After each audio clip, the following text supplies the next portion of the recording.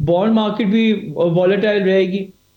تو انویسٹرز کو جو ہے وہ اپنی ڈیو ڈیلیجنس، اپنا ہوم ورک کر کے پوزیشن لینی چاہیے ایسٹ کلاسز میں، کیونکہ بہت سارے ایسٹ کلاسز جو ہیں 2026 میں ان میں میسو کریکشن آئے گی، اور انویسٹرز کو اپنے آپ کو جو بڑا سیف کھیل کے اپنے پوزیشن اور اپنی ویلتھ کو پریزرو کرنا. تو افشان صاحب، یہ اکنامک ایکٹیویٹی خاص طور پر پاکستان یا پاکستان جیسے دیگر ممالک میں وہ کیسی رہے گی؟ چونکہ جو اس وقت انویسٹرز کا بیہیویئر ہے وہ خاصا کیئرفل ہو گئے ہیں، بہت محتاط رویے کے ساتھ اب یہ انویسٹمنٹ ہوگی. بہت انویسٹمنٹ پہلے آؤٹ ہوئی، پھر واپس تھوڑی سی ایکویٹی آئی. اب یہ صورتحال کتنی بہتر ہو سکتی ہے آنے والے دنوں میں؟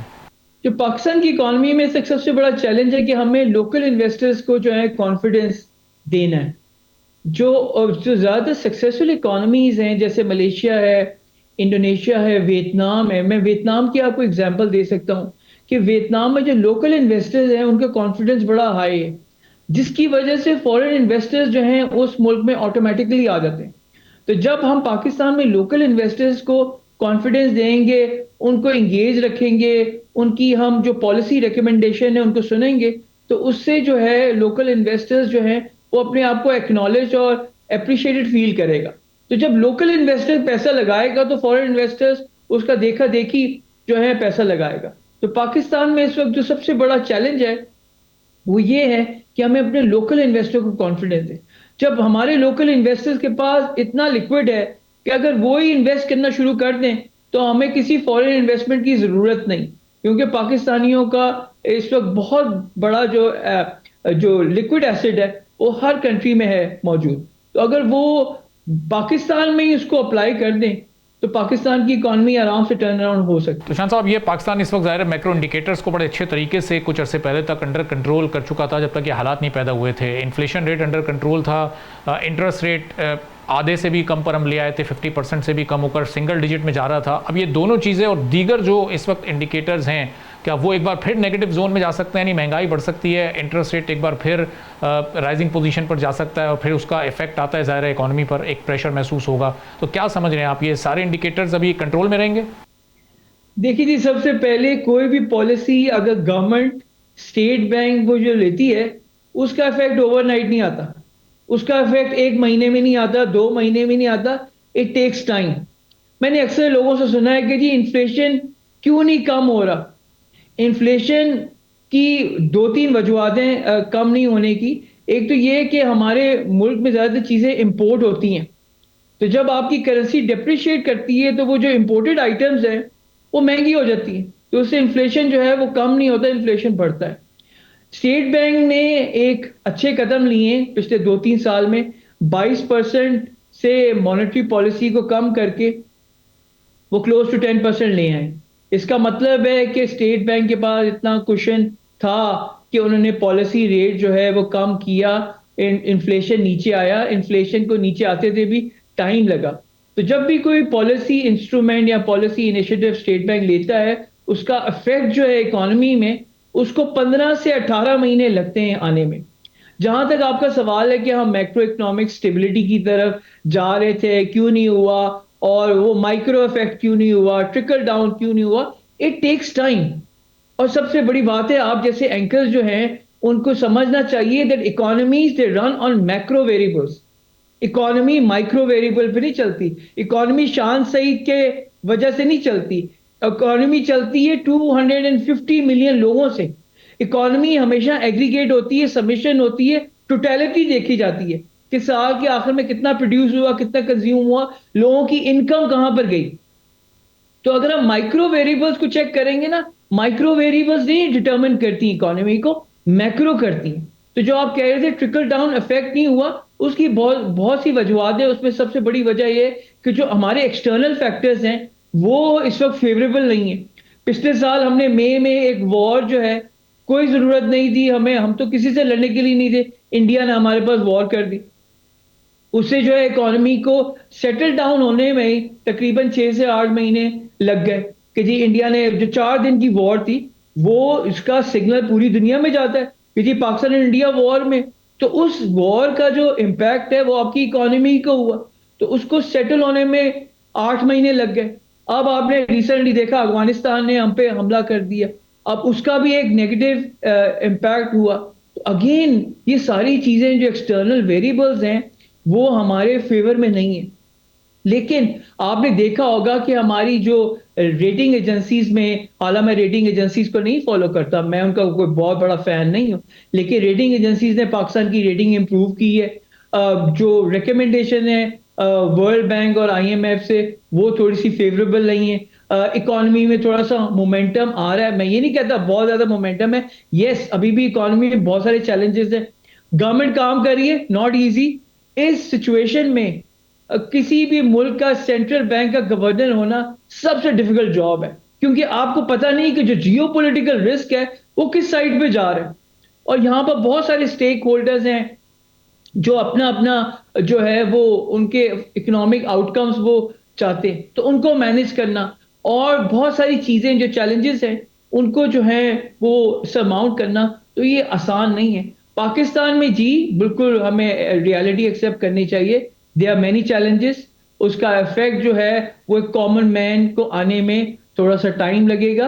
اٹ از این اپ ہل ٹاسک، لیکن گورنمنٹ کوشش کر رہی ہے اور ہمیں گورنمنٹ کو سپورٹ کرنا چاہیے ویدر وی لائک اٹ اور ناٹ. ٹھیک ہے، بہت بہت شکریہ شان سعید صاحب، گلوبل اکانومسٹ ہمارے ساتھ موجود تھے. گفتگو آپ نے ایک چھوٹا سا بریک لیں گے، بریک کے بعد واپس آئیں گے، ایک اور اہم موضوع پر بات کریں.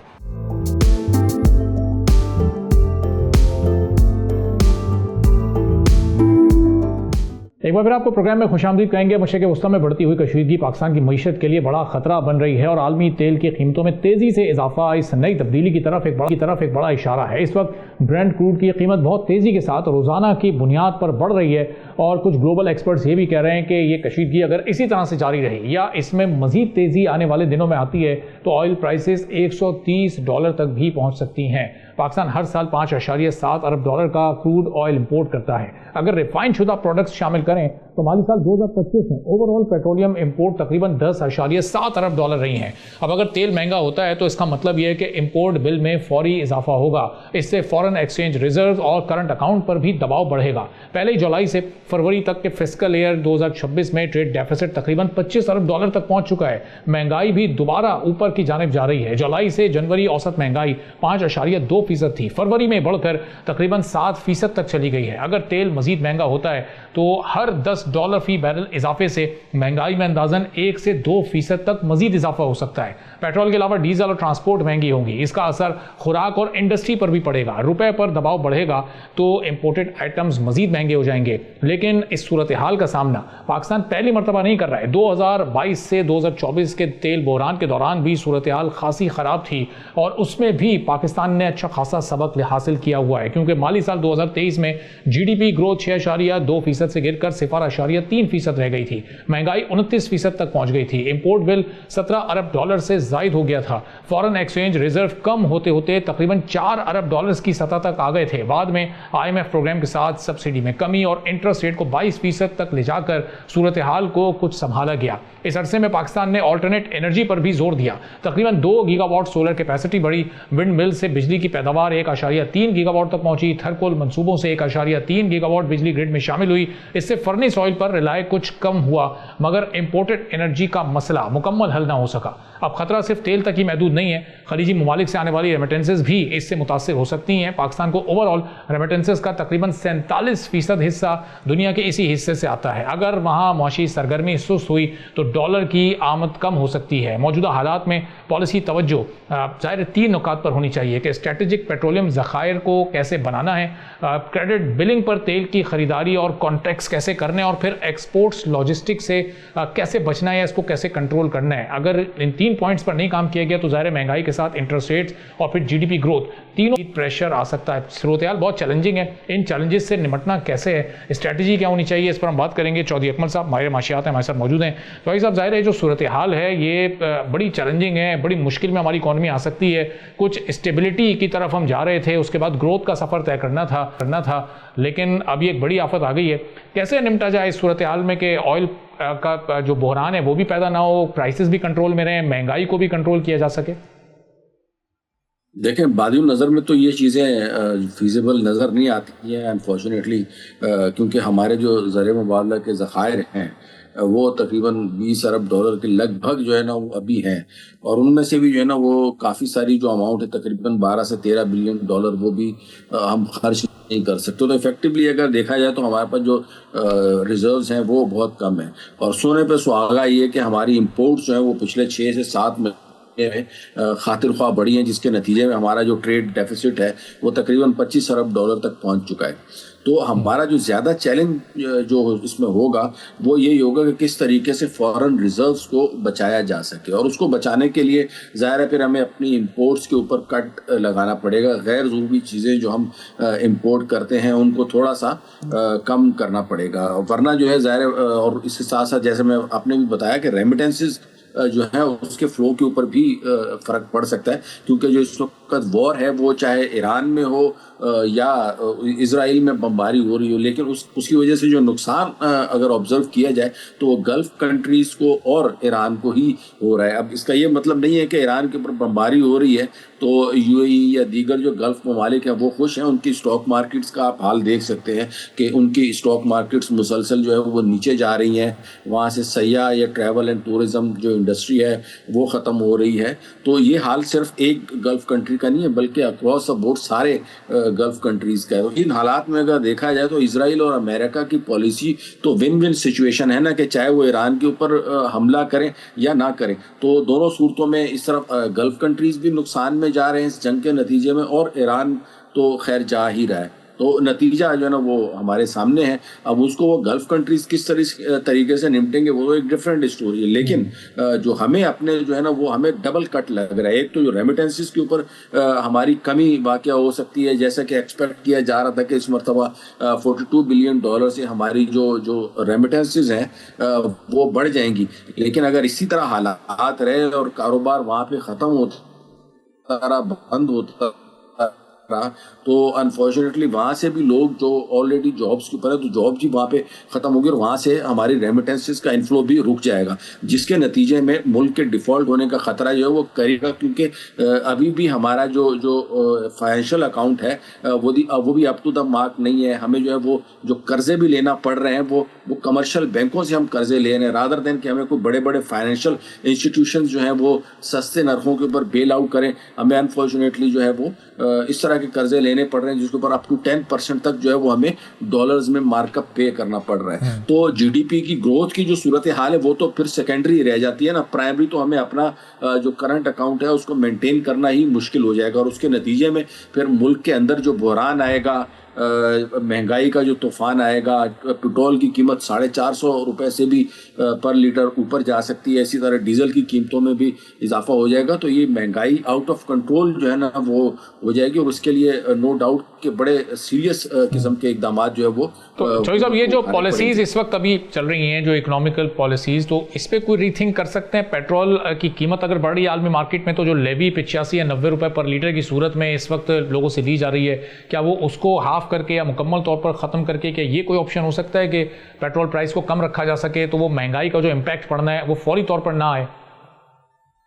دیکھیں, ایک طرف تو ہمارے ہاتھ آئی ایم ایف نے باندھے ہوئے نا. ہم تو اکثر و بیشتر آپ کے پروگرام میں کہتے رہتے ہیں کہ بھائی آئی ایم ایف کے پروگرام میں رہنے کا ہمیں ٹکے کا فائدہ نہیں ہوا. پچھلے 3 پروگرام تو کنٹینیوسلی ہم نے ان کے لے لیے. کیا فائدہ ہوا؟ وہی کہ وہیں کھڑے ہیں جہاں سے ہم 2022 اور 24 میں تھے. وہی مطلب as far as are external account is concern, as far as are financial account is concern, تو اس میں تو وہی کا وہی ہے. ان کی پالیسیز کی وجہ سے یہ وہ جو ہمارے بجٹ میں اتنے ہیوی ٹیکسز لگانے کی فرمائشیں کر رہے ہیں, بجلی کو مہنگا کر رہے ہیں, اور اس کے نتیجے میں ہمیں فائدہ کیا مل رہا ہے؟ ہمیں تو وہی مہنگے قرضے مل رہے ہیں, لوگ ہم سے جو ہے وہ گارنٹیاں مانگ رہے ہیں, قرضے ہمیں ملتے نہیں ہیں. یہی آئی ایم ایف کا فائدہ ہو رہا ہے. جب وہ ہو نہیں رہا تو میرے خیال میں ہمیں اب اس وقت آئی ایم ایف کو ایک سائڈ پہ رکھنا پڑے گا. اگر تو واقعی ہم نے اپنی اکانومی کو بچانا ہے تو اس میں بالکل آپ نے صحیح کہا کہ یہ جو لیوی وغیرہ لگائی ہوئی ہے اس کے اوپر تقریباً 80-90 روپے تک اس کو پہنچا دیا. اس کو فوری طور کے اوپر جتنا بھی انٹرنیشنل مارکیٹ میں اگر فیول کی پرائسز اپ جاتی ہیں تو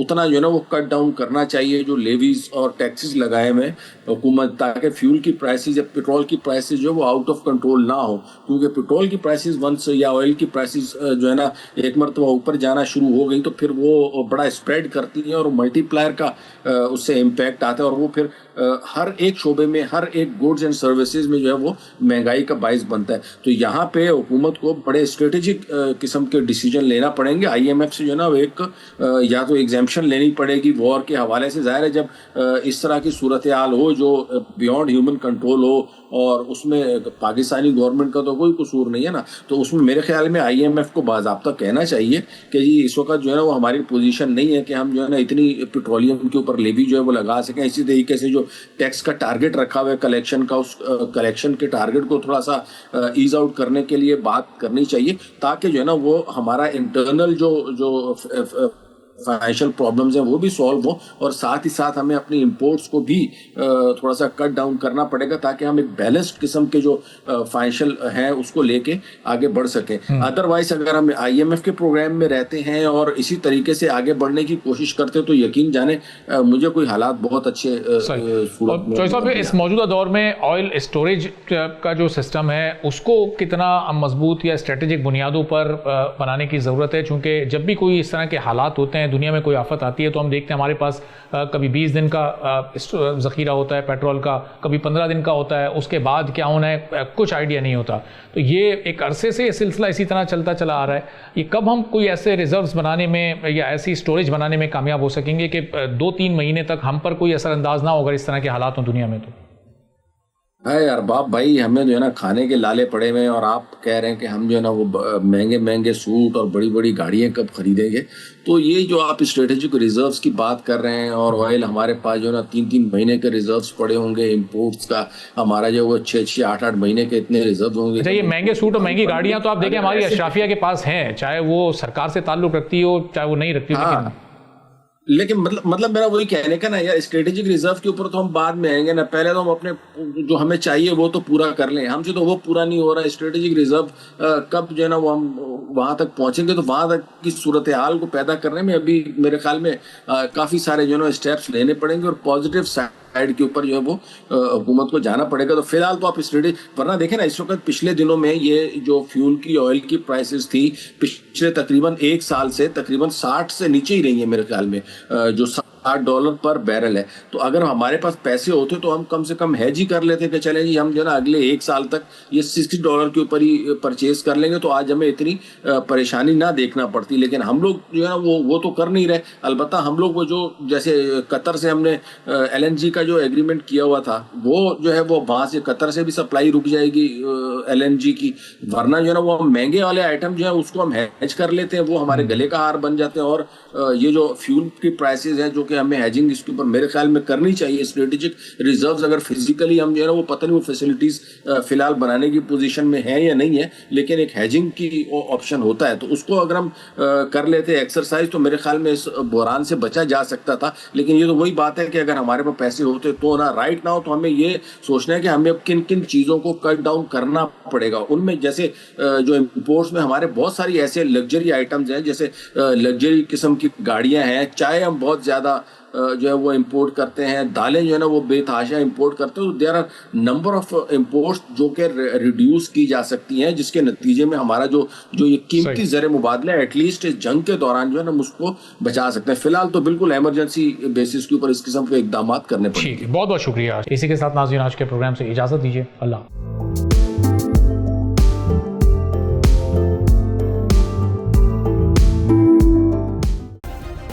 سبسکرائب کریں اور بیل دبائیں تاکہ کوئی خبر رہ نہ جائے.